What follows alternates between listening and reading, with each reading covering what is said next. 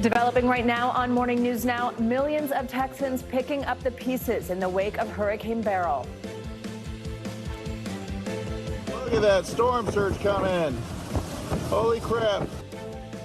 Beryl slamming the Lone Star State before weakening to a tropical storm, leaving several dead, entire neighborhoods flooded, and millions without power.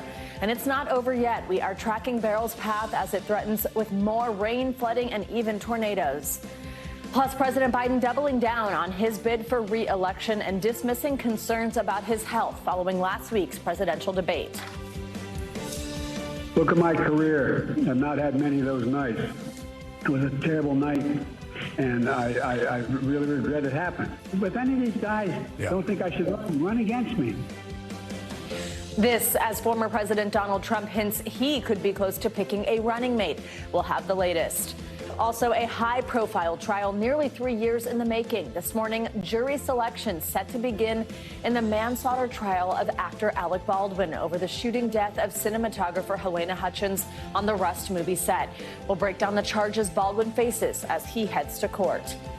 And more celebrities opening up about their struggles with mental health, how their stories could be making a big difference, especially for their youngest fans. Always an important conversation that we love to have here on Morning News Now. Good morning. Thanks for joining us. I'm Savannah Settlers. Joe is off this morning. We're going to get started this Tuesday with the devastation in Texas after Hurricane Beryl, which is now a tropical depression, killed at least 7 people in the U.S. More than 2 million residents in Texas still do not have power this morning, and officials say they could be in the dark for days. The trail of destruction is life-altering, like this house in Houston, obliterated by a fallen tree that trapped a man inside until an emergency crew could rescue him. Or this RV trailer in Brazoria County that appears to have been flipped over by high winds and floodwaters. Some counties saw more than a foot of rain in less than 24 hours. Now, emergency teams are working around the clock to restore power and assess the damage. Meanwhile, Beryl is moving north. It's threatening parts of Arkansas, Missouri, Indiana, with heavy rain and flooding and possibly even tornadoes. We, of course, have team coverage for you this morning on the aftermath of this storm from all angles. Meteorologist Angie Lastman is standing by with the forecast, and the mayor of Pearland, Texas, will join us in just a moment with more on his town's recovery efforts. But we're going to get started with NBC News correspondent Kathy Park, who has the latest from Houston, Texas.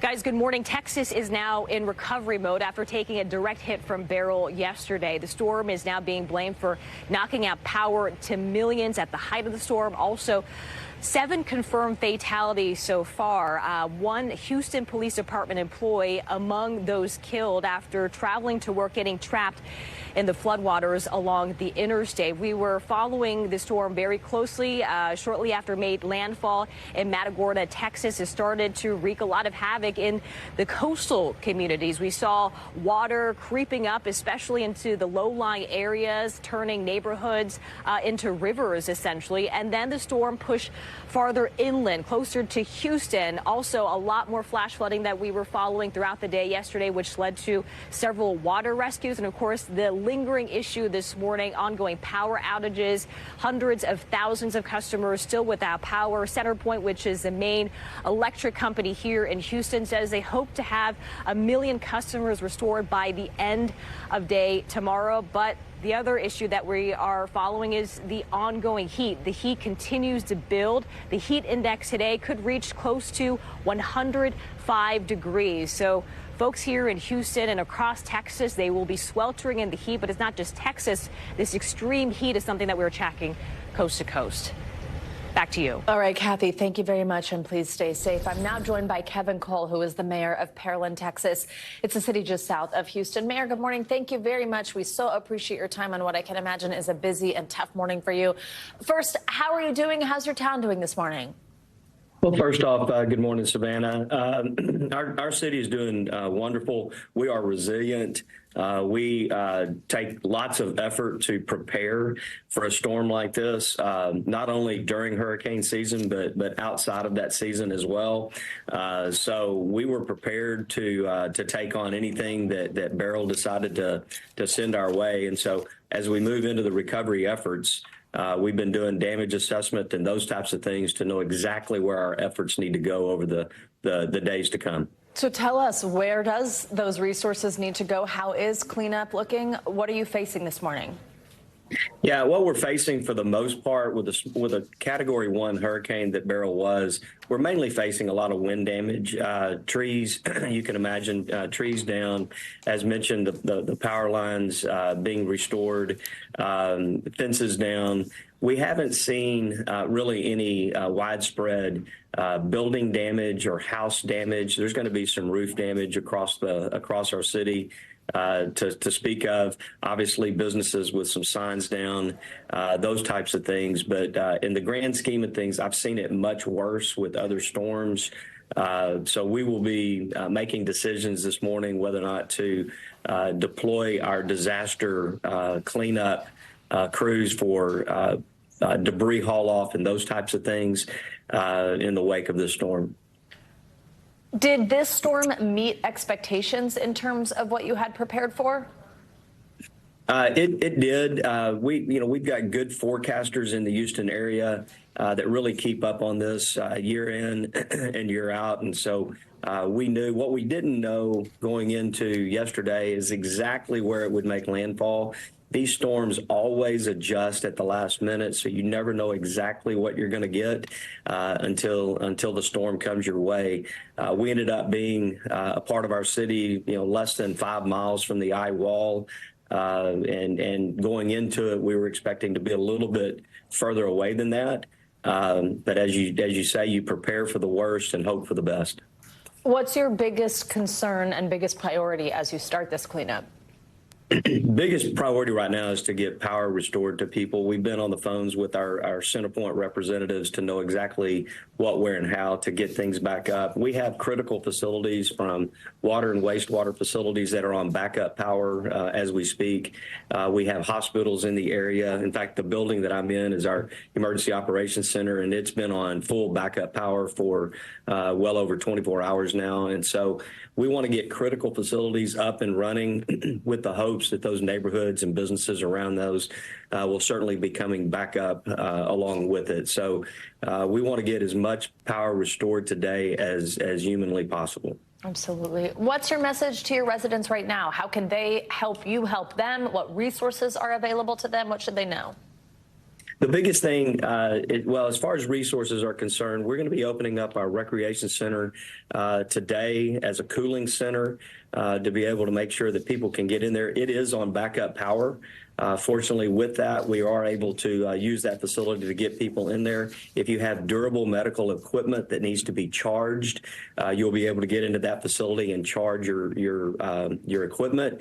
Obviously, for phone backup and charging, you'll be able to get in and be able to do that as well. We're going to be working with our county to get our libraries hopefully open as cooling centers as well. As mentioned, this is going to be some very hot day, reaching into the triple digits. So we want to get those resources deployed as CenterPoint and others in the background, work to get power restored. Absolutely. Mayor Kevin Cole of the city of Pearland, Texas, we appreciate your time this morning. Best of luck in these recovery efforts. Thank you. For a closer look at Beryl's continued heavy rains and where they're headed next, let's check in on your Morning News Now weather forecast with Angie Lastman here in studio with us. Hey, Angie, good morning. Good morning, Savannah. It's been officially 2 weeks since this system came off the coast of Africa as a tropical wave and has made 3 landfalls now. And you guessed it, we are not done with it just yet. It is weakening. It's going to continue to do that over the next 24 hours, but we're still leaving many folks dealing with some heavy rains and the potential for severe weather today thanks to this very system. 25 million people right now are under these flood watches. You can see this big batch of moisture. That is what's associated with the weakened Beryl at this time. Little Rock to St. Louis and out towards Paducah. You've been dealing with the rain on and off all morning long. We've got some of these showers that are working out of parts of the Great Lakes and into portions of Canada, but all that moisture is going to continue to lift to the north. As I mentioned, winds now down to 30 miles per hour. We're likely just going to see this become a remnant low here in the short term, but in the meantime, it's still going to be something that we'll have to watch for bringing us again the rain and the severe weather. When we talk about the severe weather, specifically across parts of the Ohio Valley, as we get through not just the afternoon hours today, but into the evening too, we're going to watch for a slight risk from Paducah, including Evansville, Louisville, Cincinnati, all of that on the table for folks in Indianapolis as well. We'll have the threat for some strong wind gusts as well as maybe some hail, but tornadoes are something that we'll be watching even into the evening hours. On top of that, some additional rainfall, not just where we're seeing the rain falling now, but stretching up into Metro Detroit and as far south as Arkansas. Those are the spots where we're going to look at the most significant rainfall, and especially if you get some of that rain happening and the system not moving at a very fast pace, we'll see likely the flooding concern. Isolated amounts could total up to 8 inches, but I think a more widespread kind of range is going to be anywhere from 1 to 3 inches. Notice the areas of New England and the Northeast that get in on this as well. This will be something that we see lasting through at least the next couple of days. So today, tomorrow, that flash flood concern will be there again across parts of the midsection of the country. And the heat, this has been the secondary story over the past couple of days, but it is really, really impressive. We've got 139 million people on the East Coast and on the West Coast dealing with these heat alerts. And here's why. The heat and the humidity is the big thing that we're talking about across parts of the Gulf Coast, stretching up into the Northeast. You've got Washington, D.C. with an actual temperature of 97 degrees today. It'll feel like 106. Out west, meanwhile, of course, it's not the humidity, but it's the actual temperatures. Las Vegas is set to hit 118 degrees. That is running way above normal. We'll see dozens of records across this region, likely broken through the day today. And check out those records as we get into tomorrow. And again, Las Vegas, 118. That would break the current record for that date that is set at 116. Phoenix, you're not going to be far from record-breaking temperatures. In Palm Springs, likely going to tie a record tomorrow with a high of 121 degrees. You look as far north, Savannah, as parts of the Pacific Northwest, in its 90s. High 90s, triple digits, so it's really a dangerous kind of heat wave unfolding for folks. Yeah, that's where people there might not have air conditioning. Exactly. They're going to have to head to a cooling center, things like that. All right, Angie, thank you so much. Well, this morning there are mounting questions over President Biden's health ahead of a crucial week on the world stage that could make or break his re-election campaign. In a letter released Monday, White House physician Kevin O'Connor said President Biden was visited by a neurologist 3 times in the last 3 years as part of his annual physical exams. He added that the president has not seen a neurologist outside of his annual physical. Well, this disclosure came after NBC News had confirmed that a Parkinson's specialist visited the White House at least 8 times in 8 months, according to public visitor logs. Questions over the president's health come amid growing calls from some within the Democratic Party for him to step aside in the election. NBC News White House correspondent Monica Alba joins us now. Monica, good morning. So the White House on the defensive yesterday as it tried to explain those particular neurologist visits, but help us understand what's going on here if we have this discrepancy with this number of times that a Parkinson's specialist visited the White House on these visitor logs. How do these two things square up?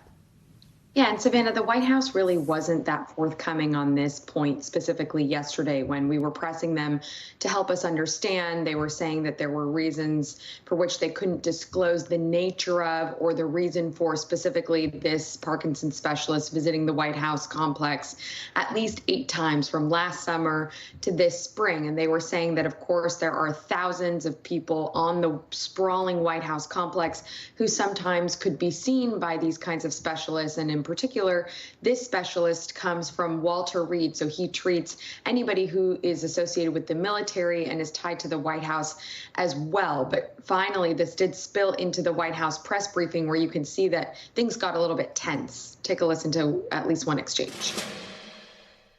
So I am telling you that he has seen a neurologist 3 times while he has been in this presidency.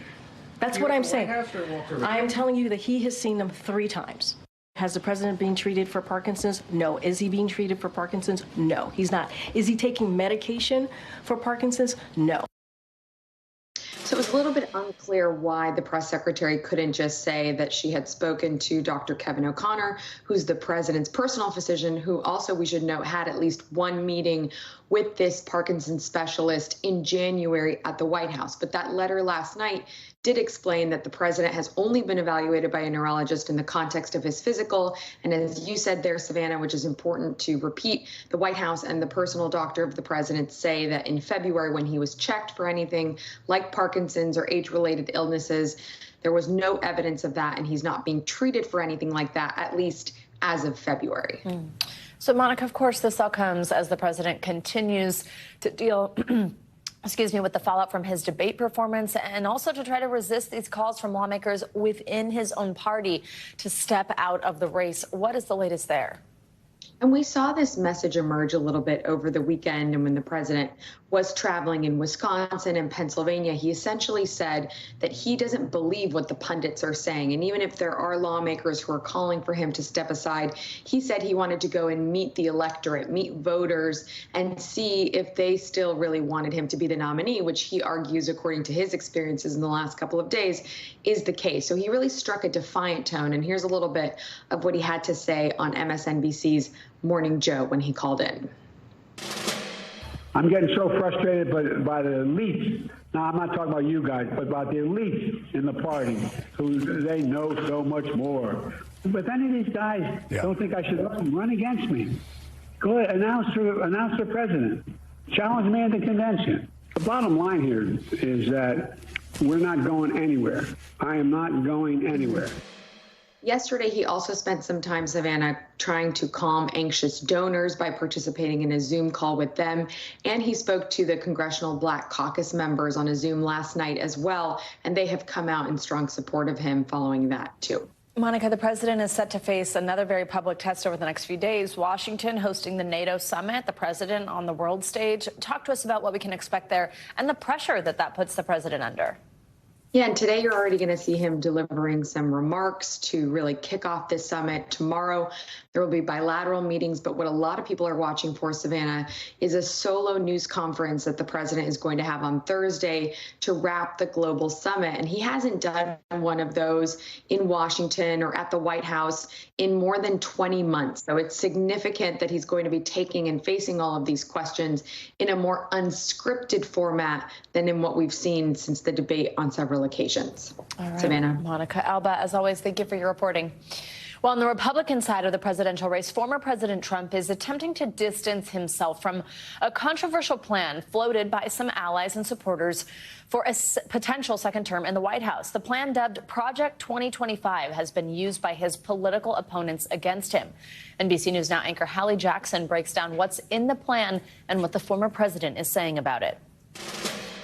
Former President Donald Trump in a new post online insisting he knows nothing about Project 2025, with no idea who's behind it, calling some of the controversial 900-page proposal to overhaul the federal government ridiculous and abysmal. The comments coming after Democrats pushed to tie Mr. Trump to the plan, created not by the Trump campaign itself, but by some former Trump administration officials working with conservative think tank the Heritage Foundation. Its president coming under fire just last week for this. We are in the process of the Second American Revolution, which will remain bloodless if the left allows it to be.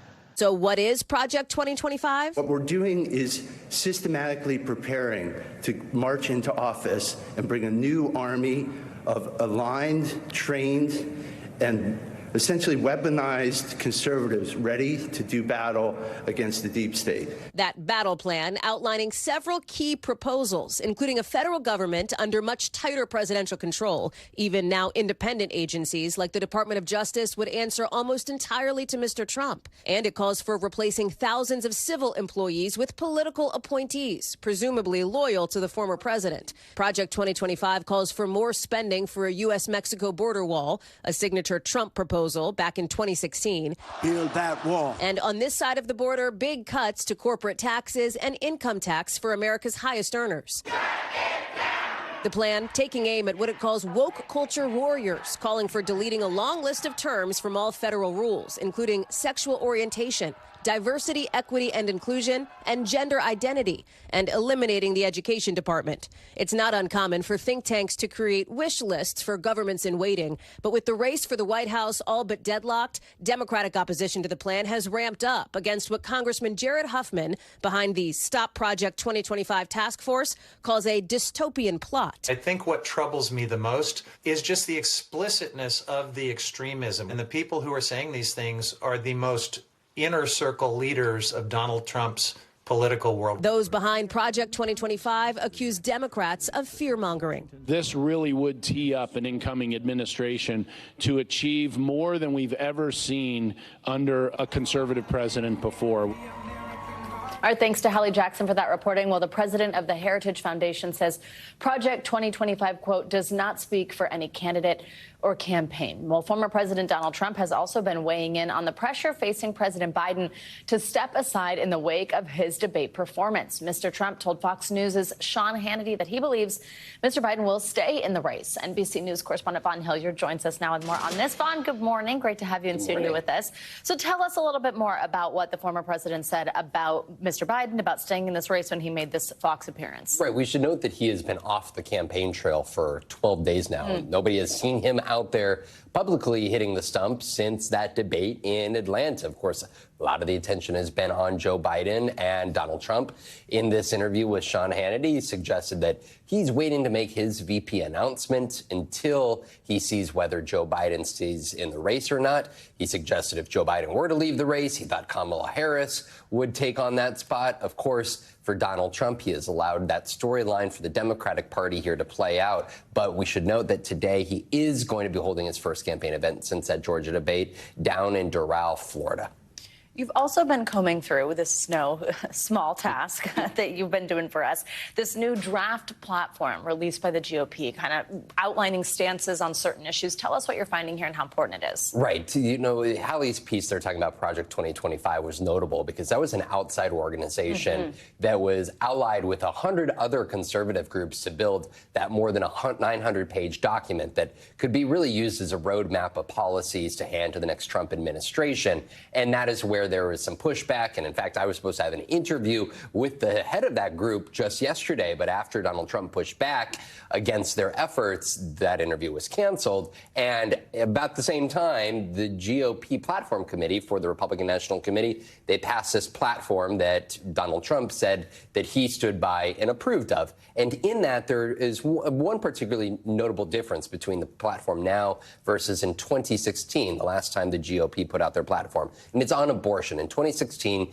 they called for what they referred to as a human life amendment, essentially a federal abortion ban. This go around, they said that abortion decisions should be left to the states. Of course, for the GOP, they understand the ramifications that a majority of Americans are in support of women's reproductive rights, and they are understanding that there are political repercussions, and that's where you see a little bit more watered down version of their abortion policy this go around. Absolutely interesting to see. Okay, also, where do things stand on a running mate pick for Mr. Trump? That's the big timeline question now, because less than a week from now in Milwaukee next Monday is the beginning of the Republican National Convention. It's going to last all week here. And of course, Donald Trump has not announced his running mate yet. Is it North Dakota Governor Doug Burgum? Is it Florida Senator Marco Rubio? Is it Ohio Senator J.D. Vance? Is it somebody else? He has that rally in Doral, Florida today. He's got another rally outside of Pittsburgh on Saturday. So potentially could it become any time between now and then? Or he could wait until Milwaukee, till the actual convention, to surprise the convention goers and announce his VP there. So I would say it'd be sometime within the next week. Sometime within the next week. That'll be some big news. Vaughn, as always, thank you. Great to have you on set with us. Well, there's much more to come here on Morning News Now this morning. Later this hour, solar stumble. California facing an unexpected challenge in its mission to produce clean energy. Why officials say some of its solar power is being thrown away. Up first, though, after the break, nearly 3 years after that tragic shooting on the Rust movie set, actor Alec Baldwin is heading to court for the start of his manslaughter trial. More on the charges he faces up next. We will be right back.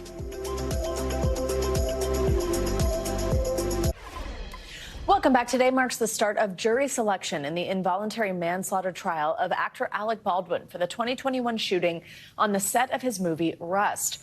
Baldwin was practicing a scene with a prop gun loaded with a live round when it fired, killing cinematographer Helena Hutchins. The film's director, Joel Souza, was also injured in the incident.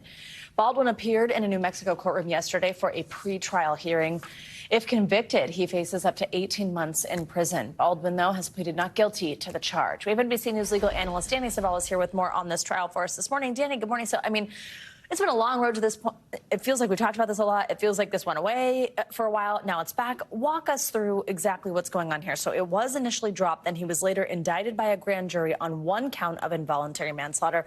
How does that work, and what are you looking for as this gets underway? Yeah, the prosecution themselves decided at one point that they didn't have enough to proceed with the case, dropped the case, and then got some more testing or information that they liked, and then recharged Baldwin. And then if you go even further back, at one point they'd investigated Baldwin for a year, charged him with 2 counts.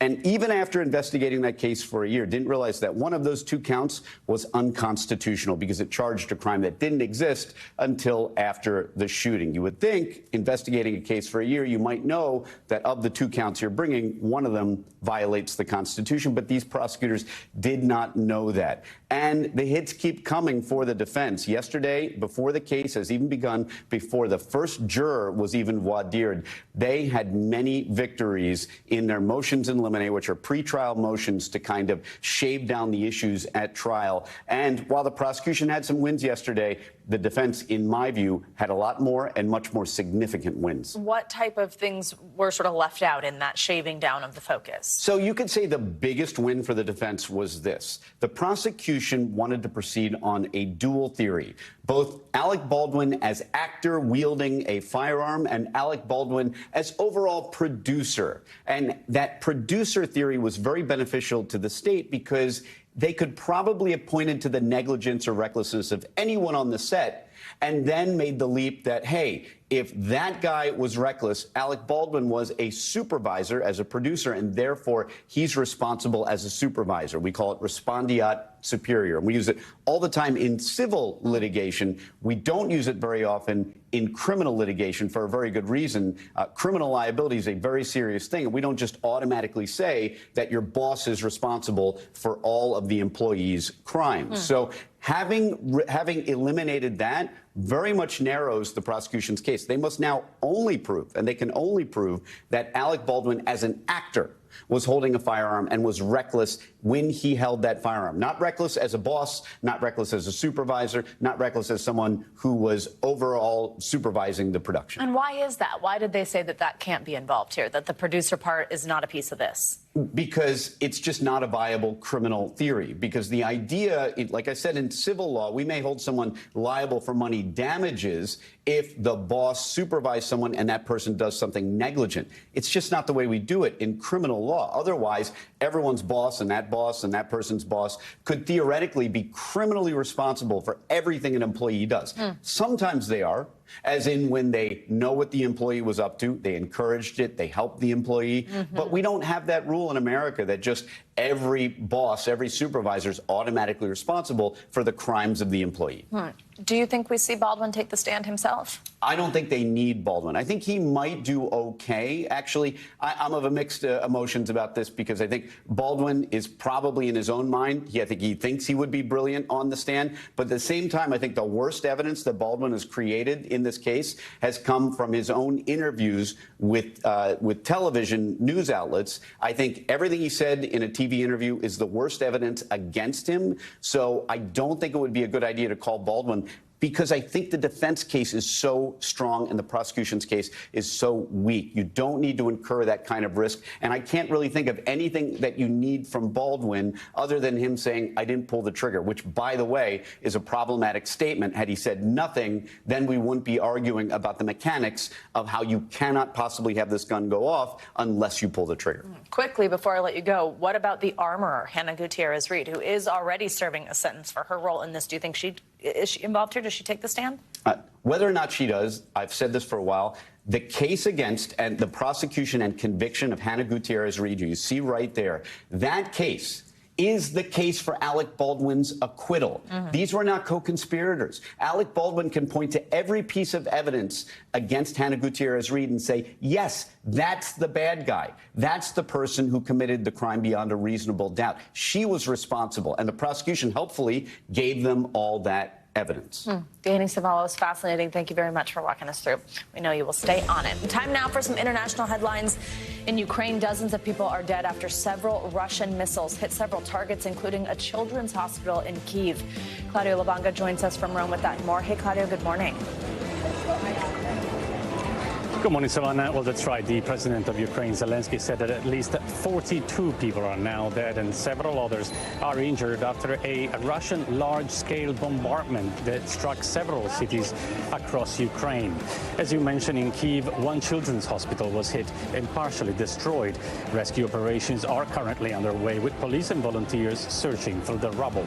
More than 600 patients have been evacuated from that hospital. Now to northeastern India, where the devastating floods have killed more than 130 wild animals, including at least 6 rare rhinos at a national park. Officials say they have rescued nearly 100 animals. Residents in several parts of India have been hit by heavy rains this month, which have triggered severe floods.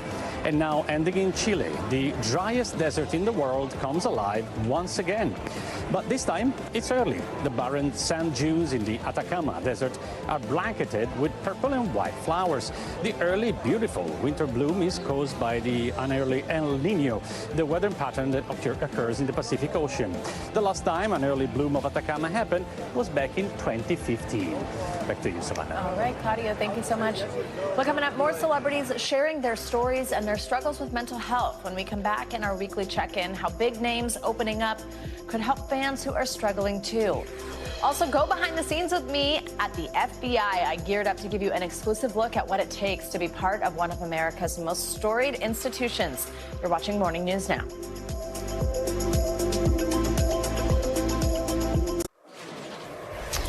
We are back with our weekly mental health check-in, and Lewis Hamilton is opening up about his mental health after his emotional British Grand Prix win over the weekend. Plus, a closer look at a global initiative that shows when it comes to helping you get through a tough time, there's nothing quite like a grandma. Here to talk about these stories and more is licensed marriage and family therapist Dr. George James. Dr. James, always great to have you with us. So let's start on Lewis Hamilton. I am a huge F1 fan. The race itself was fantastic to watch. His victory ended a 56-race losing drought. It was also, though, incredible listening to him talk afterward. He opened up about how he struggled with his mental health during that time. I was really struck by him talking about kind of just not feeling like he was enough when he's known as one of the greatest of all times in this sport. How helpful is it for people to hear someone like him be vulnerable, be open like that? And what can we all take away from it? Good morning, Savannah. You know, when we think about Lewis Hamilton and F1, his name is so iconic, just like any other sport when you think about the iconic names in those sports. And when you hear this person who has been the winner and champion say that he thought he was not enough, thought that he was disappointed, thought that he was just struggling on his own, it helps us to know that one, he's human, and we're human as well when we feel like that the moments where we're not enough or the moments when we struggle. So to hear his story and to see his tears, it shows that we all have emotions and it's okay to be able to embrace those. It's really, really cool. Honestly, when I was listening to it live, I was like, wow, this is pretty powerful to hear him talk about this kind of stuff. This is a similar trend, sort of, pop stars getting vulnerable, talking about things like body image, mental health, and putting that in their music, which I think is pretty cool because what happens, right, with these huge pop stars and when it goes into their songs is everybody starts to know the words, you start to say the words, you kind of start to internalize some of the message. Billie Eilish, she has a song called Skinny. It's on her new album. Some of the lyrics, people say I look happy just because I got skinny. We're also hearing things similar from Charli XCX. She's talking about body image. Why do you think hearing artists talk about these topics is important, especially for young people? And are there any downsides? Because like I said, you start to hear those words, you start to think, you know, like the words I just said, you think I got happy because I got skinny. Is there a way that could turn out negatively for a young listener?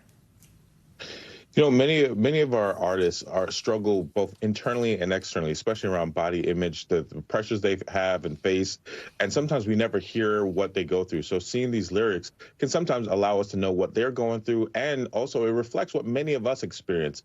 I don't think there's a downside. The only encouragement I would have is that we should reflect and think about how do we think about ourselves and our own body image, and what do we do about that, and hopefully that we don't carry a large level of shame, which is often projected on these artists as well as us as well. So true. Finally, Doctor, I mentioned this grandma one. So a psychiatry professor, he created an initiative. It's called the Friendship Bench, and it trains grandmothers to be mental health professionals. They sit on benches ready to listen to anyone who wants to chat. This idea was inspired by a traditional practice actually out of Zimbabwe that sees older women as the go-to people for help during difficult times. I just love this. You think about getting to chat with somebody who's got a little bit more life perspective maybe than you do. Why do you think we find comfort in a conversation, in a relationship like this with older figures? And how can we all tap into this? You know, I think this is perfect. I mean, like grandmothers, there's some grandmothers right now that I would love to talk to and love to just connect with. There is something that is peaceful and something that feels good to be around someone with such wisdom and that we can talk to. And what happens is that we allow ourselves to be open and vulnerable. And this is changing the stigma around mental health from Zimbabwe to around the world. And I think that if we have more folks on those benches that we can go and talk to, that would be so great. And once again, there's so many grandmothers, there's so many people with a little bit of training could be able to help people in their toughest moments. So I think this is great, and I'm looking forward to going to sit down on a bench and talk to a grandma who can give me some wisdom. Oh, it's so true. Makes me miss mine. Dr. James, thank you very much. Always wonderful to see you. Well, now let's take a look behind the scenes at one of our country's most storied institutions, the FBI. Every year, tens of thousands of people apply to become an FBI agent. Well, if you've ever wondered if you have what it takes, there is one place to prove it. Some people call it the most dangerous town in America, and I got a chance to see and experience it firsthand. This looks like we could be on any main street, any town, USA. This place seems pretty ordinary, but don't let the quiet fool you. This is a dangerous town on any given day. Except this isn't a real town at all. Where are we? We are in Hogan's Alley, part of our FBI Academy here in Quantico, Virginia. Jacqueline McGuire is the assistant director of the FBI's training division and my tour guide around this makeshift mini city that the FBI has used since 1987 to put future agents through tactical training. It seems like it could be a little bit of fun here. It is a job and it is training. Is that a simulation? That is a simulation. Wow. FBI! What types of events are simulated here? We have bank robberies in the bank. I think it's the most robbed bank in America. Bank of Hogan. Yeah, the Bank of Hogan. We have a hotel with hotel rooms.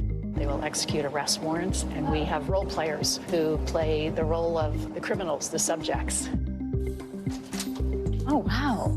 And we got an exclusive look at two venues added last fall, never publicly seen, designed to put agents in modern situations ripped from the headlines. This is Club Rhino. This is a nightclub environment.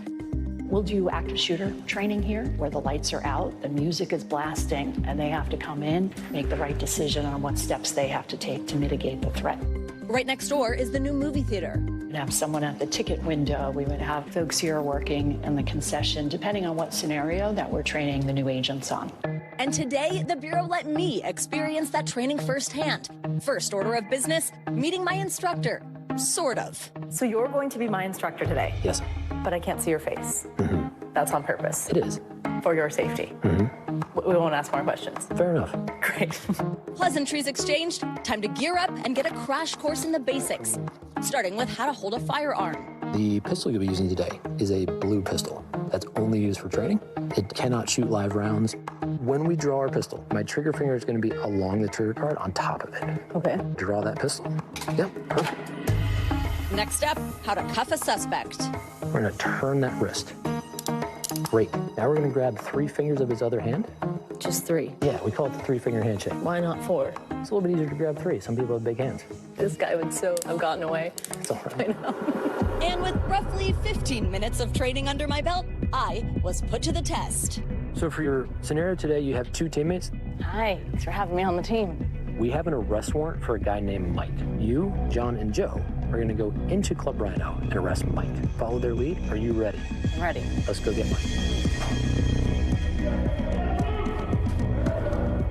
Both your hands on the sky. Step back. Stop. Interlace your fingers over your head. Go down to your knees. Savannah, put cuffs on.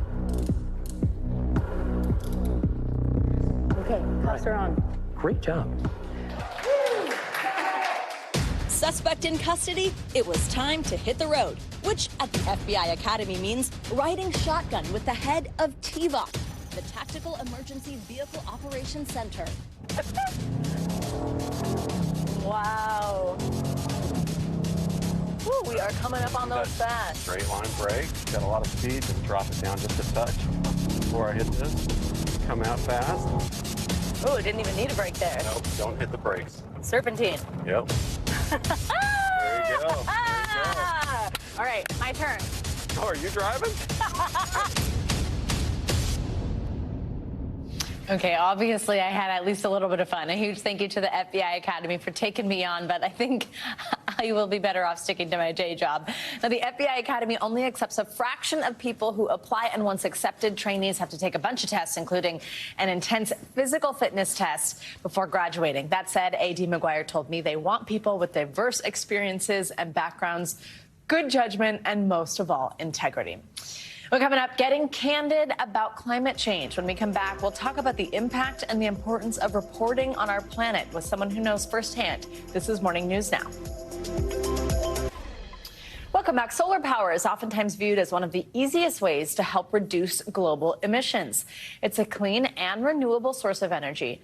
But can there be too much of a good thing? California is now being forced to throw some of it away, which is not only impacting homeowners, but state jobs as well. Here's NBC News correspondent Liz Kreutz with more. Across California, it's a common sight. Rows of suburban homes topped with solar panels.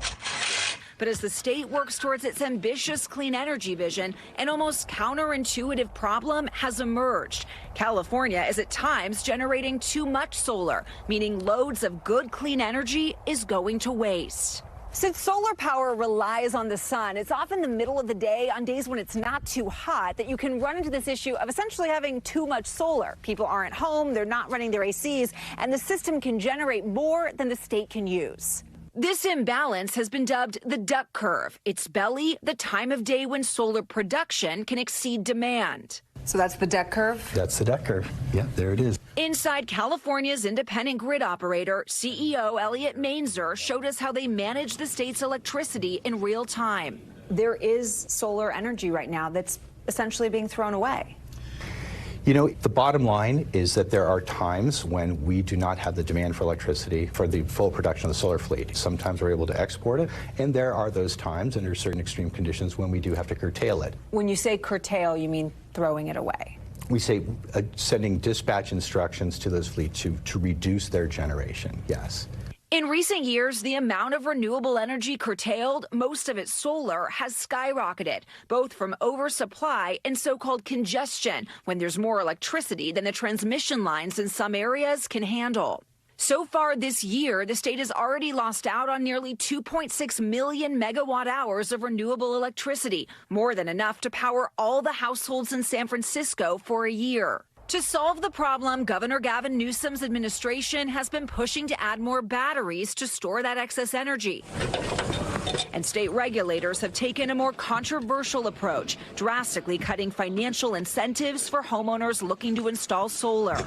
Before, we used to have people clamoring to put solar on. Ed Murray, who operates Aztec Solar outside Sacramento, says the impact has been devastating for his business. He's laid off 10 employees over the last year. We were left figuring out what do we do now? Since the changes, there's been a 66% drop in residential solar installations and an estimated 17,000 green jobs lost statewide. To make it cost-effective, homeowners now need to install batteries in addition to solar panels. But that can cost an additional $10,000 to $20,000 or more. In a statement, Governor Newsom defended the state's policies, saying in part, no other state in America comes close to California's solar production. And now we're adding more batteries faster than ever to help capture that energy to use at night. Do you think California will be able to meet its 2045 clean energy goal? Absolutely not. No way we're going to get there without rooftop solar. New challenges casting a shadow on the path to a renewable future. Liz Kreutz, NBC News, Folsom, California. We are going to stay on the climate. So we just heard there on Liz's piece. I mean, this is all evolving. It's getting more complex by the day. And a big reason we are able to learn about all this is through reporting and stories like what you just saw, and also through work of people like our next guest. Ethan Brown is the founder and host of The Sweaty Penguin. It's an award-winning media outlet and podcast that uses comedy and in-depth reporting to keep us all informed on our planet. Ethan joins me now. And first and foremost, congratulations are in order because you have just won won an award that's near and dear to my heart. I've been involved with the Covering Climate Now Journalism Awards for a few years, and you were just announced as one of 3 winners of the Emerging Climate Journalist of the Year. There you are. Look at that headshot. How's it feel to win this award and be recognized for this work? It feels amazing, and thank you so much for having me, Savannah. Oh, you are so welcome. So, okay, let's talk about the Sweaty Penguin. First of all, I just want to read your Instagram bio. It says, quote, PBS award-winning comedy climate program examining the environmental impacts of your mom. Which is so funny. It's kind of like a your mom joke, but tell us where this idea came from and what exactly it is, if somebody tunes into your podcast, that they're going to hear, they're going to learn. So 69% of Gen Z and 59% of millennials experience anxiety after viewing climate content on social media. And there are studies that show feelings of fear and anxiety actually lead people to disengage from a cause. So the Sweaty Penguin was our idea to try to fix that. We use humor, we use solutions, we use really in-depth critical journalism to try to bring people into the conversation on both sides of the aisle, whether people feel doomed or distrust or what have you, to try to bring people into that conversation. So episodes will have late-night comedy-style monologues, interviews with experts from around the world, and we've done over 220 episodes. The title also is just so great, The Sweaty Penguin. I love it. What makes this work meaningful for you? I think, to me, I first got into the climate world because I was scared out of my mind, and I was not an outdoorsy person growing up. I just needed to figure this out. But when I started taking some environmental classes in college, I learned that it wasn't all doom and gloom like the headlines make us believe. There are a lot of really valuable solutions out there that are in progress, that help the economy, that help justice, that help national security, that can actually make our lives better. And if we can talk about it more that way, show the progress, show the nuance, I think it's a much more approachable issue.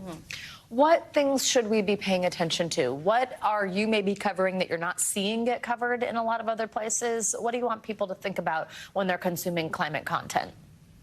It is scary, but there's also a lot of progress happening. The U.S. has slashed emissions by nearly 20% since 2005. Our grid is 40% decarbonized. Around the world, emissions are decelerating, and 10 years ago, we were projected to warm by 4 degrees Celsius. Now that's down to more like 2.5 degrees Celsius. There's a lot of progress happening, and even in governments, we're seeing bipartisan climate action happening. The BEST Act, Use It Act, the Advance Act just a couple weeks ago, the Infrastructure Bill, the CHIPS Act, I could go on. So I think all of that gives a lot of hope and takes away some of that politicization and some of the overwhelming aspects of the climate crisis. Absolutely. What calms your anxiety when you're having climate anxiety? How do you find hope? I think it's that. I think it's talking to people and trying to find common ground. It is a politicized issue, but everyone does want clean air, clean water, and a healthy environment. I'd never find pushback on that.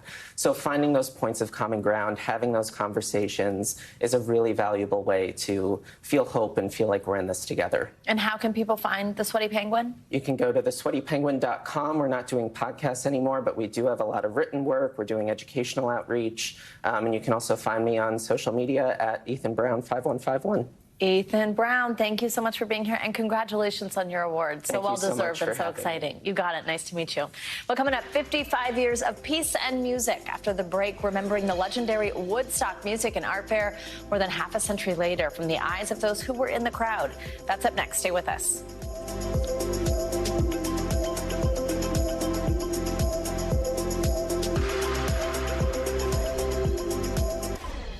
Welcome back. Next month marks 55 years since the first Woodstock Music Festival took place in upstate New York. The Woodstock Music and Art Fair, as it was officially called, lasted 3 days, but it was the experience of a lifetime for those who attended. As NBC News correspondent Ann Thompson explains, a major effort is underway to capture their memories. The Giza sisters' Woodstock memories are as vivid as their tie-dye shirts. 55 years later, what resonates about that weekend? I think the feeling, and I wish I could bottle it. It was just fantastic to see all those bands. The event captured then in an Oscar-winning documentary. Now the Gizas and hundreds of other festival goers are reliving those days for history, recorded by the Bethelwood Center of the Arts. Is there a thread through these memories? There's two threads, right? One thread is Santana was amazing. And What people experienced over the 3 days was sharing and caring to have hope for the rest of their lives that peace is possible. 20 and 16 in the summer of 1969, Christina and Wanda lived in Grafton, Massachusetts. Did you tell your parents you were going to Woodstock? No, we didn't tell anybody. I know. Nobody. No, they thought we were going down the Cape. A destination that would become national news. More than 350,000 people. Jim and Mary Boone were newlyweds. I graduated on a Sunday, and I had my draft notice on Monday. His Army physical got delayed by an impromptu holiday to celebrate the moon landing. So Mary bought $7 tickets to Woodstock. We almost couldn't see it, but the sound system was fabulous.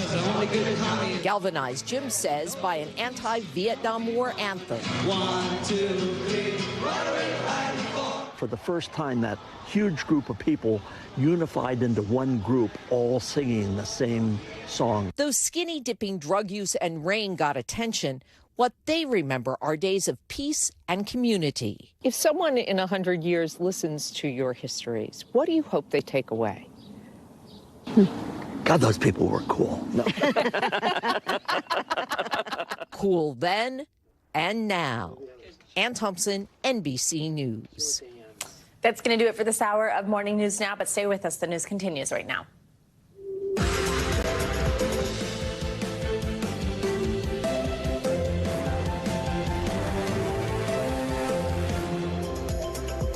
Good morning, I'm Savannah Sellers. Thanks for being here. Joe has the morning off. Right now on Morning News Now, aftermath. People across Texas are picking up the pieces this morning from the widespread devastation caused by Beryl. Unrelenting rains and damaging winds now responsible for at least 7 deaths in the U.S. Millions of Texans waking up without power as worries mount over extreme heat.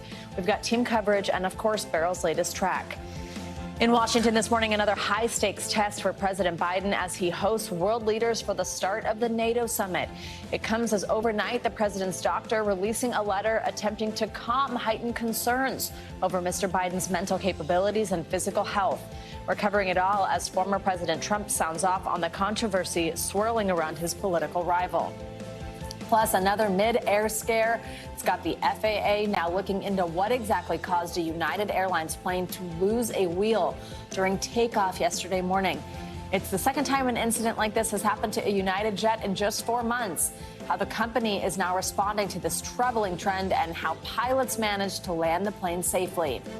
And as the summer travel season heats up in some of the most beautiful cities in the world, we'll tell you why some locals are pushing back against the tourists. We are going to start here at home, though, this hour in Texas, where millions of people are dealing with the aftermath of Hurricane Beryl, which is now a tropical depression. It made landfall yesterday as a powerful Category 1 storm, claiming the lives of at least 7 people in the U.S. and dropping more than a foot of rain. Now, more than 2 million people in Texas don't have power in the middle of a heat wave, and it could be out for days in some areas, according to officials. NBC News correspondent Kathy Park has the latest on the cleanup in Houston, which was in the storm's direct path. Good morning. The torrential downpours and powerful winds from Beryl yesterday really created a mess across Texas. The death toll has now climbed to at least 7. And this morning, many residents are waking up to a big cleanup ahead. We're told that this massive tree in this neighborhood actually fell down yesterday afternoon, blocking off this entire roadway. And with so many without power this morning, it could get downright dangerous as the heat continues to build. This morning, Texas is trying to recover after taking a direct hit from Beryl, knocking out power to more than 2 million across a Lone Star state, a major concern in the midst of a nationwide heat wave. Houston under a heat advisory with a heat index today as high as 105. Many trying to cope without power, cleaning up from the storm, which landed in Texas Monday morning as a Category 1 hurricane, battering the coast with winds nearing 90 miles per hour, strong enough to destroy property on land and at sea. A destructive storm surge also flooding coastal communities. Emergency crews rescuing dozens of people trapped by floodwaters. Beryl's powerful winds uprooting and shredding trees, spawning more than a dozen tornadoes in Louisiana, Arkansas, and Texas, like this one in Jasper. Just sounded like a train coming through, and but yeah, we could hear the the trees falling. Neighborhoods turned into rivers, major highways impassable. Do you think the hurricane would be this bad in Houston? No, I think it's a wake-up call. But now that the storm has passed, a spirit of resilience as neighbors pitch in to clean up. And now, as the power issues continue in brutal Texas temps, the extreme heat impacting more than 135 million people coast to coast, breaking records across the country, and even causing this bridge in the Bronx to get stuck open after the steel expanded. And as you can see, this is one of many neighborhoods across Texas still without power this morning. CenterPoint Energy, which is a major electric company here in Houston, says they hope to have 1 million customers restored by the end of day tomorrow. But keep in mind, it will stay in the 90s for most of the week. Back to you. Right, Kathy, thank you so much. Well, another city that was in Beryl's path is Sugar Land, Texas, which is just southwest of Houston. The mayor of Sugar Land, Joe Zimmerman, joins us now on this. Mayor, good morning. Thank you so much for taking the time during a busy and tough week. First, just tell us how you are doing this morning, how your city's doing this morning. Well, good morning, Savannah. We're doing great. We're primarily a recovery effort right now. Storm came through about 4 a.m. yesterday. A lot of trees are down. We have a lot of our customers are without power. At the city, that impacts us. Water plants, wastewater plants, lift stations. Many of our services depend on it. They're on backup power right now, signals. So I think our staff is out. We've been deployed since yesterday when the winds died down, and we're doing a great job of getting people back up and running. We've got debris contractors that are out there that'll help people get their green waste up and out of their yard. Obviously, such a concern is power being out for any residents, especially in the middle of a heat wave. How are you doing on that front? Well, on the power side, we're on the downside of that. We've got most of our residents, I think, are without power. And we're working with CenterPoint right now on getting critical facilities, that being the hospitals, signals, water, wastewater plants up and running, commercial businesses. We need to get our businesses back online.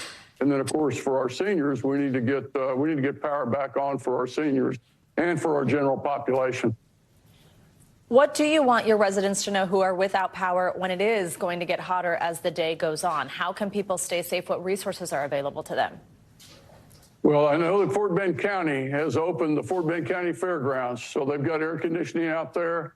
And people that are older and that are stressed or that have electrical needs, you know, pumps, oxygen, et cetera, should report, go to the website at Fort Bend County, look at their fairgrounds, and I think they can get out there, and that will help in the interim while CenterPoint is still addressing the power issue.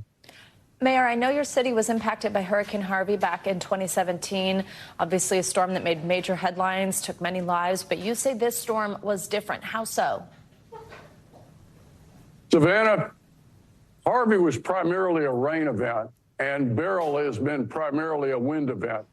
So they're very different. One was flooding. One is a lot of trees, a lot of downed trees, wind impact on roofs, et cetera. So two very different events, two very different cleanup efforts. Mayor Joe Zimmerman, thank you so much for joining us this morning. We wish you the best of luck in this cleanup effort, and we really appreciate your time during this tough week. Thank you, Savannah. Well, as Beryl continues to move through the southeast, let's get an update on your Morning News Now weather forecast with Angie Lassman, who's back in studio with us. Hey, Angie, good morning. Hey, good morning, Savannah. We are far from done with this system. It is, of course, weakening. We've seen that trend over the past 24 hours, but we've still got a whole lot of moisture that we're going to deal with and the potential for some strong storms as the day goes on. Let's start with that flooding. We've got 25 million people under these flood watches, stretching from Detroit all the way down to Little Rock. These locations are likely going to see multiple rounds of some of this heavy rain with this slow-moving batch of moisture working its way to the north as the day goes on. We'll also see the potential for some of those stronger storms to develop here as we get into at least the next day or so. Notice that some of this rain is going to be something that we'll have to deal with along with the potential for some strong storms. We're talking the isolated threat will be something we'll watch for. That's going to be something we'll see across parts of the Ohio Valley as the day goes on. This will be likely a concern for folks that are also dealing with the flooding. Now, once we get to tomorrow, most of this will start to work its way to the north, but we will still start to see some folks across parts of the Northeast and New England dealing with this flooding now as the system continues to weaken, but still has all of that moisture to tap into. We will likely end up with anywhere from 1 inch to 3 inches of rain, but overall, we're going to be watching for the potential for up to 8 inches of rain in some of these spots. We've already seen the flooding concerns. We've already seen the moisture that this system is going to have in store for us. And we'll be watching for that here likely as we get through the day today. The flood watches that we see in effect right now, Chicago, Detroit, St. Louis, Paducah, all included in that. And notice we do have some flash flood warnings that are happening as well. This is going to be something that we likely will see here as we go through the rest of your day today and expanding again into the Northeast and parts of the East. We've also been talking about Beryl now for 2 weeks. So once we finally get this moisture out, we're eventually going to see the potential for the fact that we likely will not have this system to talk about anymore. So tomorrow we continue to watch for this into the parts of the Northeast and New England. But Savannah, we're going to be watching for the chance for some heat as well out west. This is something we've talked about for days and days. And the heat, unfortunately, continues for our friends out west and across parts of the Southeast. Yeah, and then Texas, where people are without power, which is tricky. Exactly, and temperatures there are going to be into the 90s, triple digits for what it feels like. So while they don't have power, of course, not what they want to see when it comes to that. But likely we'll see some relief for folks in the next couple of days, but not so much out west, where we have plenty more records to be broken. Absolutely. There. Angie, thank you so much. Well, there are new questions this morning over President Biden's health. That's after a White House physician confirmed that Mr. Biden was visited by a neurologist 3 times in the last 3 years as part of his annual physical exams. It all comes amid growing calls from some within the Democratic Party for the president to exit the election race. NBC News Chief White House correspondent Peter Alexander has the latest. Good morning. This morning, President Biden is set to host dozens of world leaders for the start of the NATO summit here in Washington. Allies who are privately expressing their fears about the increasing possibility former President Donald Trump could return to the White House. The president is trying to slam the door on the Democratic debate following last month's shaky debate performance, arguing we are done talking about it, and in his words, saying it's time to put Trump in a bullseye. And on that note, overnight, with the president's permission, his doctor is addressing concerns about his health.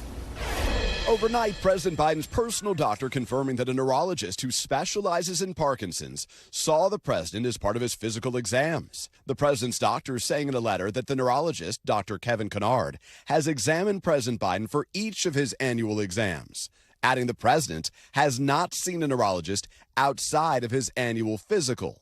All of it following a tense White House briefing.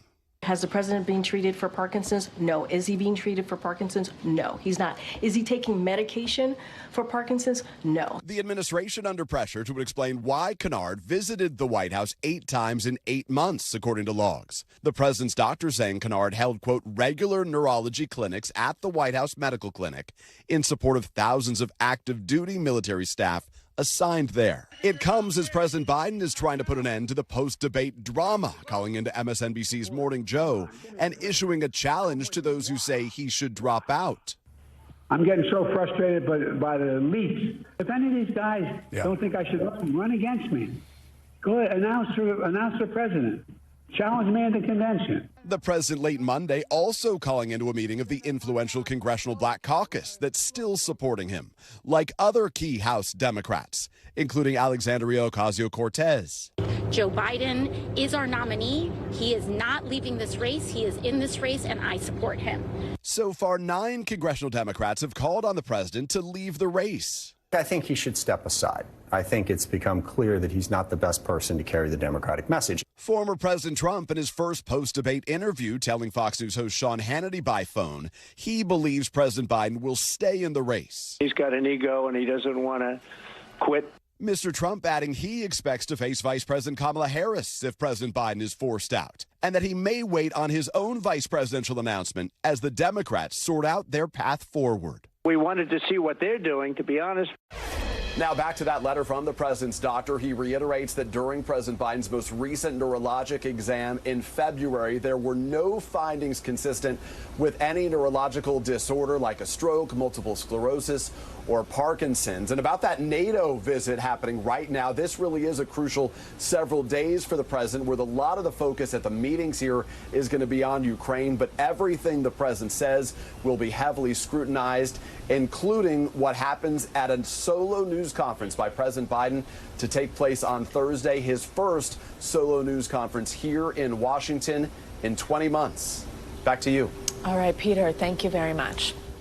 Well, today in New Mexico, jury selection is getting underway for the criminal trial of Alec Baldwin. The actor was charged with involuntary manslaughter in the 2021 on-set shooting that killed cinematographer Helena Hutchins while filming his movie Rust.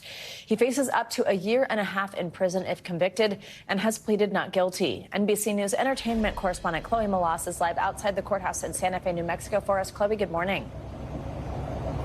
Good morning, Savannah. Well, today is a pivotal moment. That's when we're going to see jury selection take place. So the idea is that jury selection will happen in just about a day, and that the jury will get seated so that opening arguments can begin tomorrow. And based on yesterday's hearing and the motions that the judge ruled on, we got a pretty good idea of the arguments that both sides are expected to make. For the first time, actor Alec Baldwin arriving in court just days before his criminal trial is set to begin. The actor facing an involuntary manslaughter charge over the fatal shooting of cinematographer Helena Hutchins on the set of the film Rust in 2021. On Monday, the 66-year-old appeared unemotional, at times taking notes, as his lawyers and New Mexico prosecutors defined the scope of the trial. In a big win for Baldwin's defense, the judge ruled that the actor's role as a producer on the film could not be brought up to the jury. I'm having real difficulty with the state's position that they want to show that as a producer he didn't follow guidelines, and therefore as an actor Mr. Baldwin did all these things wrong, resulting in the death of Helena Hutchins. By excluding evidence of Baldwin as a producer, Baldwin as the actor is only responsible for what Baldwin himself did when he handled the firearm. Also excluded by the judge, portions of these videos obtained by investigators, which prosecutors say show Baldwin rushing crew members on set. One more. I forgot to recoil stuff. No, right away. But the judge ruled in favor of the prosecution by saying they can show autopsy photos of Hutchins and video of the moments after the fatal shooting. The stage is now nearly set for what is expected to be an 8-day trial, with today's task at hand selecting a jury of 12. If Baldwin is found guilty, he could face up to 18 months in jail. While it is still not known if he'll take the stand in his own defense, in the 3 years since the tragedy, Baldwin hasn't shied away from speaking about the incident, giving multiple interviews in which he repeatedly denied any wrongdoing. I would never point a gun at anyone and pull a trigger at them, never. That was the training that I had. Legal experts say putting the actor turned defendant on the stand now could give prosecutors a chance to turn his own words against him. In all likelihood, Baldwin will not testify. The risk is simply too great, and it usually outweighs any benefits of putting the client on the stand. Okay, so this trial is expected to take just about 8 days. So if the jury is seated today, Savannah, you could see opening statements begin as early as tomorrow. But if the jury is not seated, perhaps maybe things get a little bit delayed. The idea is that this will all be handed over to the jury by the end of next week, because the judge really wants this to wrap up within that less than 2-week window. And again, the big question remains, will Baldwin take the stand to testify in his own defense? And it doesn't look like that's a decision that his team is willing to make public just yet. All right, Chloe, thank you so much. Well, United Airlines says it's investigating what caused a wheel to fall off one of its planes as it took off to fly from LA to Denver yesterday. And despite the worrying incident, the plane did manage to land safely at its destination. NBC News senior correspondent Tom Costello has more. Yeah, this is the second time in 4 months this has happened with the United plane. No injuries. At least one passenger we talked to tells us the United crew informed and prepared passengers well for a safe landing in Denver. Now both United and the FAA are looking into how that tire fell off the landing gear. It happened in the air Monday morning. United 1001, we were just told a tire came off your aircraft. A United Airlines flight departing from LAX losing a tire during takeoff. Tire came off that 75 that took off. We saw it rolling down past Bravo 7, Bravo 8. The Boeing 757 with 181 passengers and crew on board continued to Denver, its destination, landing safely. One of the passengers, Alan Stubblefield, commending the United crew for preparing them for the landing.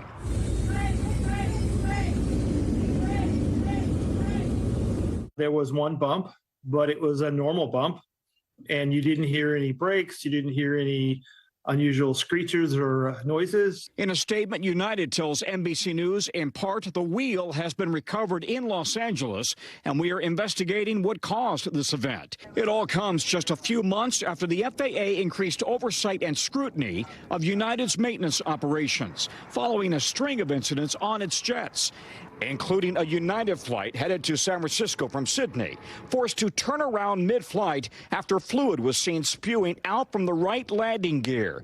Another United jet sliding off a wet runway in Houston as it tried turning onto a taxiway. At 2477, I see in the grass rolling the trucks en route.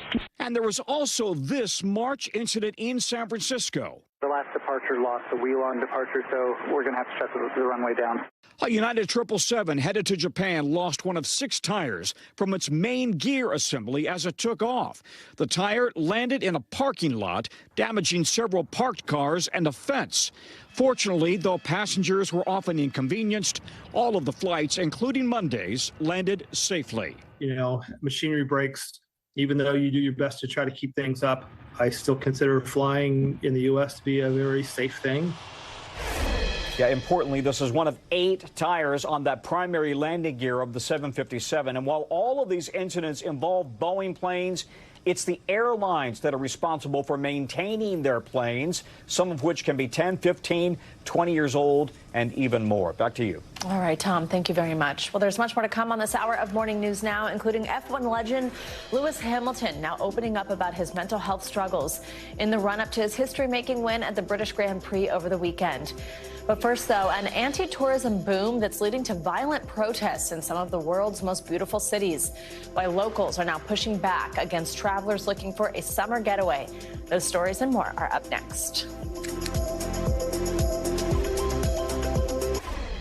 Welcome back. The summer travel season is in full swing, and that means many people are heading to the most beautiful cities around the world.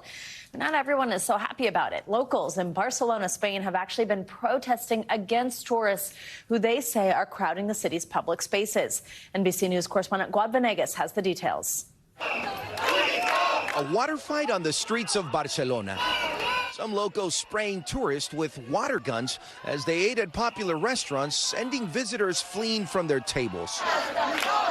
Thousands of protesters walking through the city over the weekend, chanting "Tourists go home" and carrying signs with anti-tourist slogans. Restoration and hotels is the group that makes really big money, but all the people are in a very poor situation and they don't have enough money to live. That's a problem. Barcelona is one of the top tourist destinations in the world, home to iconic sites like La Sagrada Familia and Park Güell, in addition to beautiful beaches. Officials reporting more than 33 million people from all over the world visited the city in the first 5 months of 2024 alone. Tourism bringing in a whopping 9.6 billion euro in 2023, according to the Tourism Observatory of Barcelona. But some locals say mass tourism is not only overwhelming the city, but also making the cost of living unaffordable to its residents. I would stress the declining quality of life for local residents, and that would include the increasing cost of housing, the noise, the litter, the displacement of long-term residents, and the relentless construction. Rent in Barcelona has risen nearly 70% in just the last decade, according to Mayor Jaume Collboni. In June, the mayor announcing a plan to stop renewing permits for rentals used by foreign visitors by 2028 after saying a boom in short-term rentals is to blame. The city assuring the move would make 10,000 units available to locals in 4 years. The last years, the city has turned completely for tourists, and what we want is a city for citizens and not in service of tourists. a dilemma for a welcoming city to shift focus and take care of its own. Our thanks to Guad Venegas for that report. Well, for more, we are joined by travel expert Mark Elward. Mark, always great to see you. Thanks for joining us. So as we just heard there in Guad's piece, Barcelona tourism alone last year brought in 9.6 billion euros. That is over $10 billion. And a lot of people depend, right, on these tourists for their livelihoods, to spend money with their businesses, their restaurants.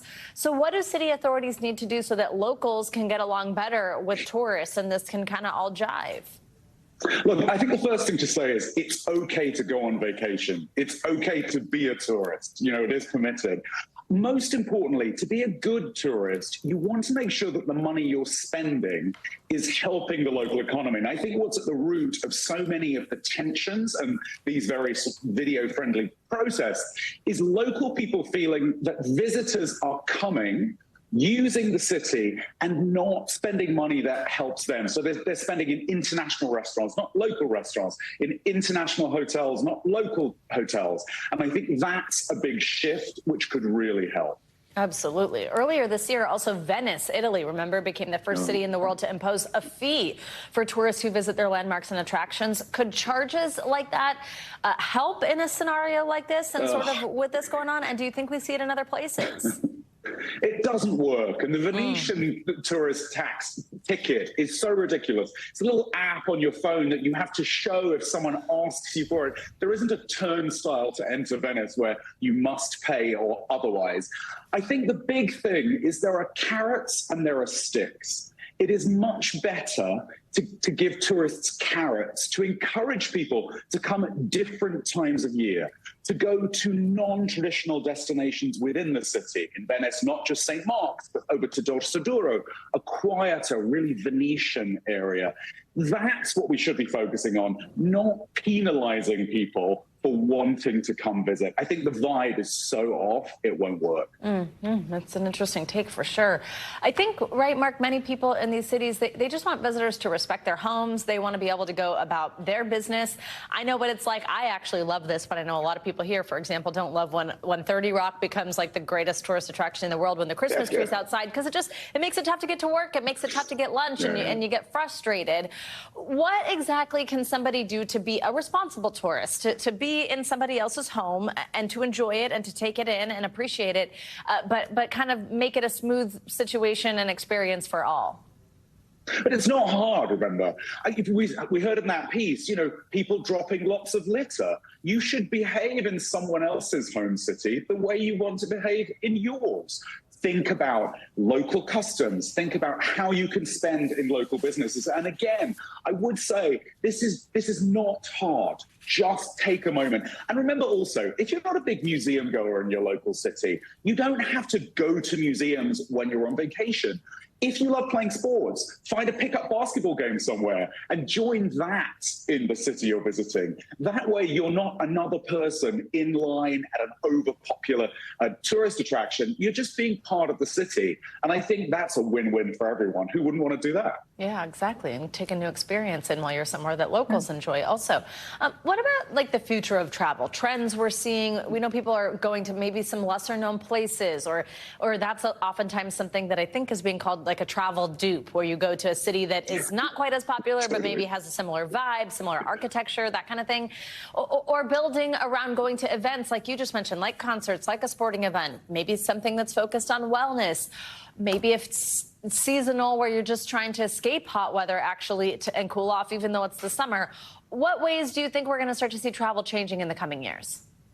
I think you've given all the key ones, so thank you. You don't really need me. The dupe destinations is very interesting. For example, Montenegro down on the Adriatic coast was a Venetian possession historically, so a lot of the architecture there has incredible Venetian influence. You can go to Montenegro and it will be much quieter than Venice. I do think the big thrust, though, is how climate change is shifting our travel patterns. Wow. Lots of people see the weather in the Med in July and think, that's 6-figure mercury. I'm not going to risk that. People are going to go in the winter. Maybe you go up to the Nordics, to Sweden, to Denmark. You're getting warmer, but are much less likely to get that crazy heat. That is most certainly a concern. An important conversation we just had in our last hour is some of that climate anxiety around things like this. Mark Elwood, thank you very much. Always great to see you. Happy summer traveling. Let's get to some international headlines now. We're going to start with new developments on ceasefire talks in Gaza. Claudio Lavaga has the latest from Rome. That and more. Claudio, good morning. Good morning, Savannah. That's right. While ceasefire talks continue in Cairo, the White House and National Security spokesperson John Kirby said that there are still gaps between Hamas and Israel, but at the same time that the United States would have not sent a team of negotiators if they didn't think they had a shot there. Now, in a statement, Hamas said the Israeli Prime Minister continues to place more obstacles in front of the negotiations, accusing Netanyahu of forcing to displace Palestinians in Gaza in order to thwart all efforts to reach an agreement. Let's go to Thailand now, where hundreds of people marched to the Prime Minister's office on Monday to protest a possible ban on the use of marijuana. Cannabis was decriminalized in Thailand 2 years ago, but last Friday, the Health Ministry approved a proposal to relist it as a narcotic and plans to allow it only for medical and research purposes. Cannabis activists and businessmen accuse the government of wanting to outlaw the drug to allow only a few interest groups to benefit from its medical uses. Let's end this tour of the world in Colombia, where the government announced the deforestation fell 36% in 2023 compared to the previous year, marking the lowest level since records began. Among the reasons behind the change are peace talks between the government and guerrilla groups in the Amazon, along with financial incentives for farmers in the Amazon to help with conservation. When elected in 2022, Colombia's President Gustavo Petro vowed to halt record high rates of deforestation, but it looks like he's keeping his promise. Savannah? All right, Claudio, thank you very much. Well, coming up, do you have what it takes to join the FBI's elite? Well, after the break, I've got an exclusive inside look at the storied town. It's not actually a town, but it's used to train the Bureau's top agents. We will take you to Hogan's Alley. That's all coming up next.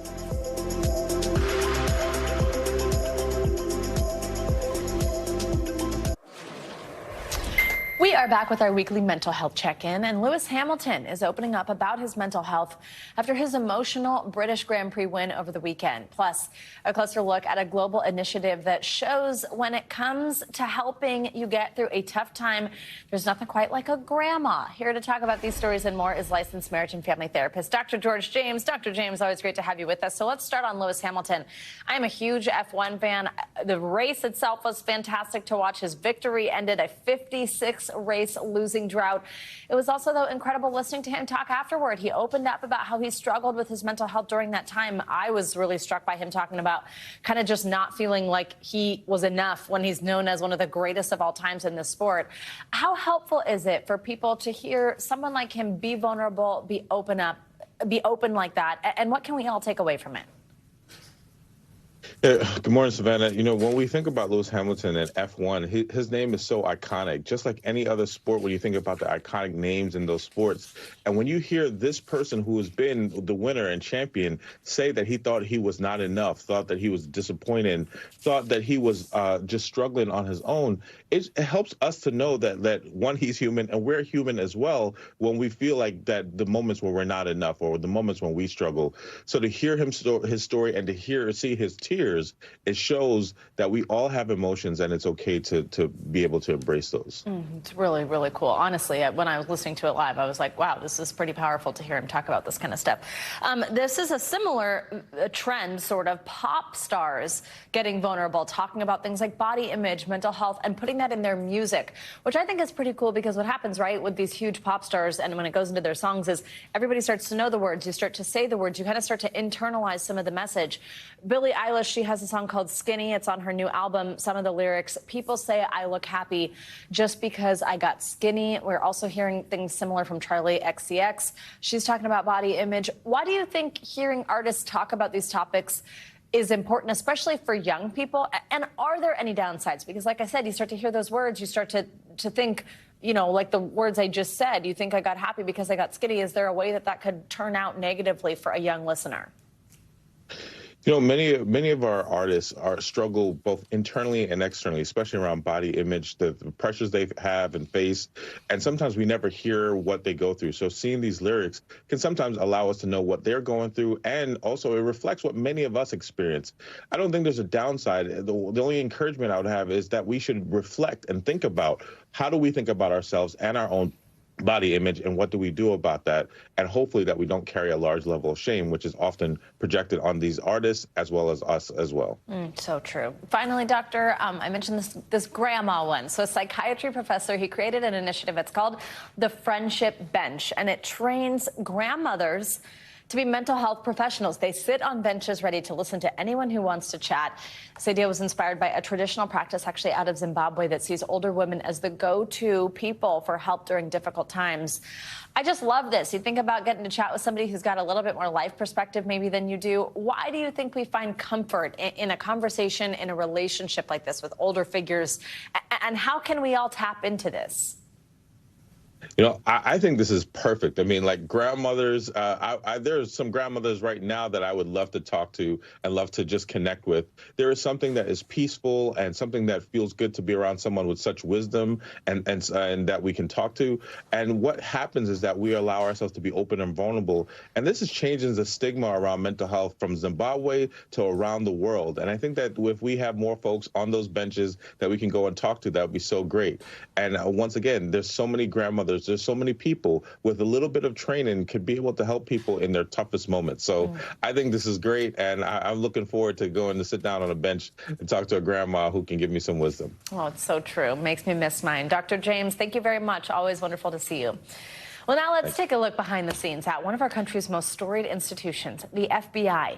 Every year, tens of thousands of people apply to become an FBI agent. Well, if you've ever wondered if you have what it takes, there is one place to prove it. Some people call it the most dangerous town in America, and I got a chance to see and experience it firsthand. This looks like we could be on any main street, any town, USA. This place seems pretty ordinary, but don't let the quiet fool you. This is a dangerous town on any given day. Except this isn't a real town at all. Where are we? We are in Hogan's Alley, part of our FBI Academy here in Quantico, Virginia. Jacqueline McGuire is the assistant director of the FBI's training division and my tour guide around this makeshift mini city that the FBI has used since 1987 to put future agents through tactical training. It seems like it could be a little bit of fun here. It is a job and it is training. Is that a simulation? That is a simulation. Wow. FBI! What types of events are simulated here? We have bank robberies in the bank. I think it's the most robbed bank in America. Bank of Hogan. Yeah, the Bank of Hogan. We have a hotel with hotel rooms. They will execute arrest warrants, and we have role players who play the role of the criminals, the subjects. Oh, wow. And we got an exclusive look at two venues added last fall, never publicly seen, designed to put agents in modern situations ripped from the headlines. This is Club Rhino. This is a nightclub environment. We'll do active shooter training here where the lights are out, the music is blasting, and they have to come in, make the right decision on what steps they have to take to mitigate the threat. Right next door is the new movie theater. We'd have someone at the ticket window. We would have folks here working in the concession, depending on what scenario that we're training the new agents on. And today, the Bureau let me experience that training firsthand. First order of business, meeting my instructor. Sort of. So you're going to be my instructor today? Yes. But I can't see your face. Mm-hmm. That's on purpose. It is. For your safety. Mm-hmm. We won't ask more questions. Fair enough. Great. Pleasantries exchanged, time to gear up and get a crash course in the basics. Starting with how to hold a firearm. The pistol you'll be using today is a blue pistol. That's only used for training. It cannot shoot live rounds. When we draw our pistol, my trigger finger is going to be along the trigger guard on top of it. Okay. Draw that pistol. Yep, perfect. Next up, how to cuff a suspect. We're going to turn that wrist. Great. Now we're going to grab 3 fingers of his other hand. Just 3? Yeah, we call it the 3-finger handshake. Why not 4? It's a little bit easier to grab 3. Some people have big hands. This guy would so have gotten away. It's all right. I know. And with roughly 15 minutes of training under my belt, I was put to the test. So for your scenario today, you have 2 teammates. Hi, thanks for having me on the team. We have an arrest warrant for a guy named Mike. You, John, and Joe are going to go into Club Rhino and arrest Mike. Follow their lead. Are you ready? I'm ready. Let's go get Mike. Both your hands up in the sky. Step backward. Stop. Interlace your fingers over your head. Go down to your knees. Savannah, put cuffs on. Okay, cuffs are on. Great job. Suspect in custody, it was time to hit the road, which at the FBI Academy means riding shotgun with the head of TVOC, the Tactical Emergency Vehicle Operations Center. Wow. Ooh, we are coming up on those fast. Straight line brake, got a lot of speed, just drop it down just a touch before I hit this. Come out fast. Oh, it didn't even need a brake there. Nope, don't hit the brakes. Serpentine. Yep. There you go. There you go. All right, my turn. Oh, are you driving? Okay, obviously I had at least a little bit of fun. A huge thank you to the FBI Academy for taking me on, but I think I will be better off sticking to my day job. Now, the FBI Academy only accepts a fraction of people who apply, and once accepted, trainees have to take a bunch of tests, including an intense physical fitness test before graduating. That said, A.D. McGuire told me they want people with diverse experiences and backgrounds, good judgment, and most of all, integrity. Well, coming up, getting candid about climate change. When we come back, we'll talk about the impact and the importance of reporting on our planet with someone who knows firsthand. This is Morning News Now. Welcome back. Solar power is oftentimes viewed as one of the easiest ways to help reduce global emissions. It's a clean and renewable source of energy. But can there be too much of a good thing? California is now being forced to throw some of it away, which is not only impacting homeowners, but state jobs as well. Here's NBC News correspondent Liz Kreutz with more. Across California, it's a common sight. Rows of suburban homes topped with solar panels. But as the state works towards its ambitious clean energy vision, an almost counterintuitive problem has emerged. California is at times generating too much solar, meaning loads of good clean energy is going to waste. Since solar power relies on the sun, it's often the middle of the day on days when it's not too hot that you can run into this issue of essentially having too much solar. People aren't home, they're not running their ACs, and the system can generate more than the state can use. This imbalance has been dubbed the duck curve. Its belly, the time of day when solar production can exceed demand. So that's the duck curve? That's the duck curve. Yeah, there it is. Inside California's independent grid operator, CEO Elliot Mainzer showed us how they manage the state's electricity in real time. There is solar energy right now that's essentially being thrown away. You know, the bottom line is that there are times when we do not have the demand for electricity for the full production of the solar fleet. Sometimes we're able to export it, and there are those times under certain extreme conditions when we do have to curtail it. When you say curtail, you mean throwing it away? We say sending dispatch instructions to those fleets to reduce their generation, yes. In recent years, the amount of renewable energy curtailed, most of it solar, has skyrocketed, both from oversupply and so-called congestion, when there's more electricity than the transmission lines in some areas can handle. So far this year, the state has already lost out on nearly 2.6 million megawatt hours of renewable electricity, more than enough to power all the households in San Francisco for a year. To solve the problem, Governor Gavin Newsom's administration has been pushing to add more batteries to store that excess energy. And state regulators have taken a more controversial approach, drastically cutting financial incentives for homeowners looking to install solar.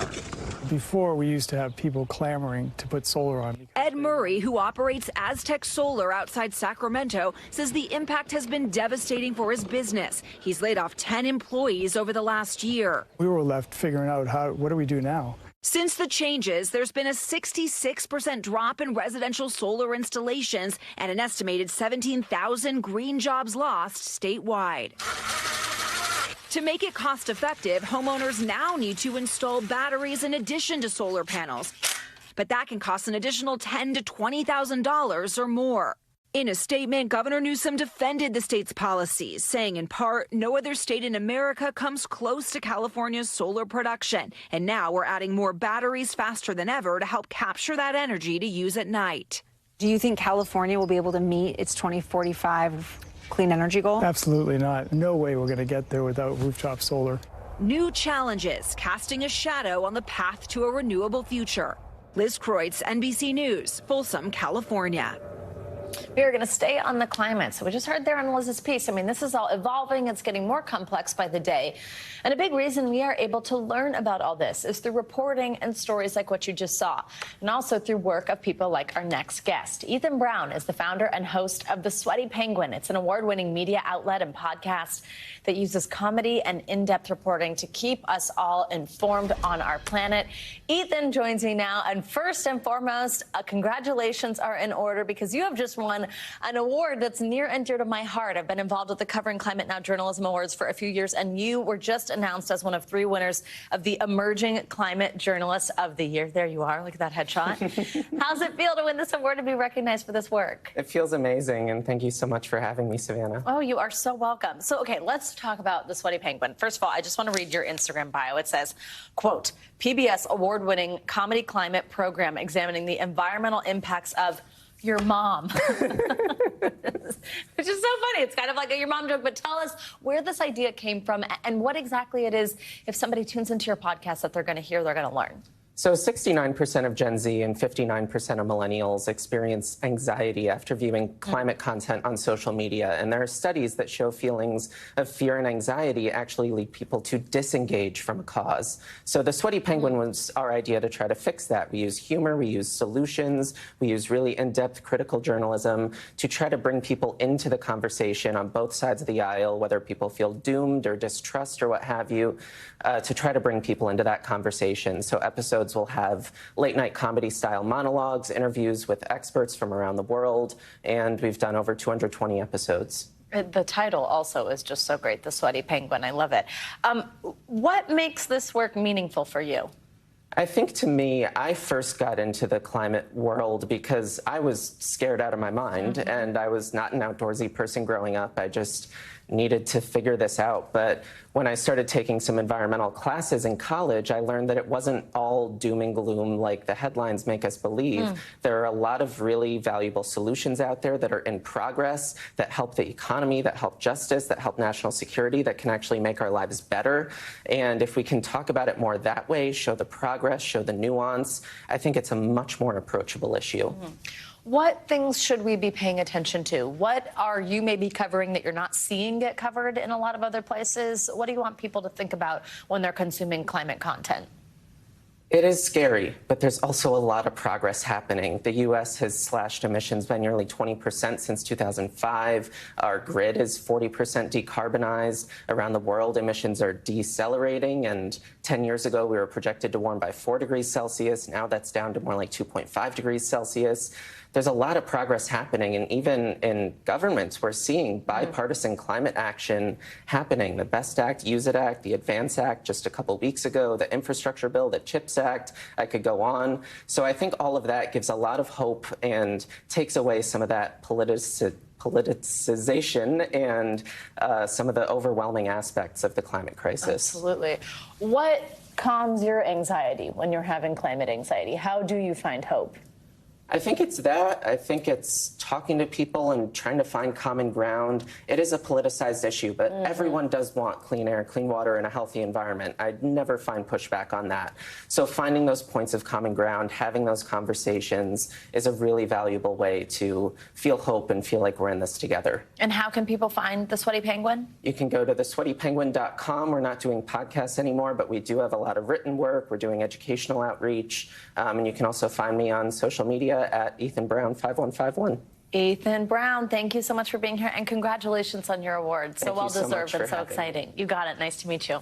Well, coming up, 55 years of peace and music. After the break, remembering the legendary Woodstock Music and Art Fair more than half a century later from the eyes of those who were in the crowd. That's up next. Stay with us.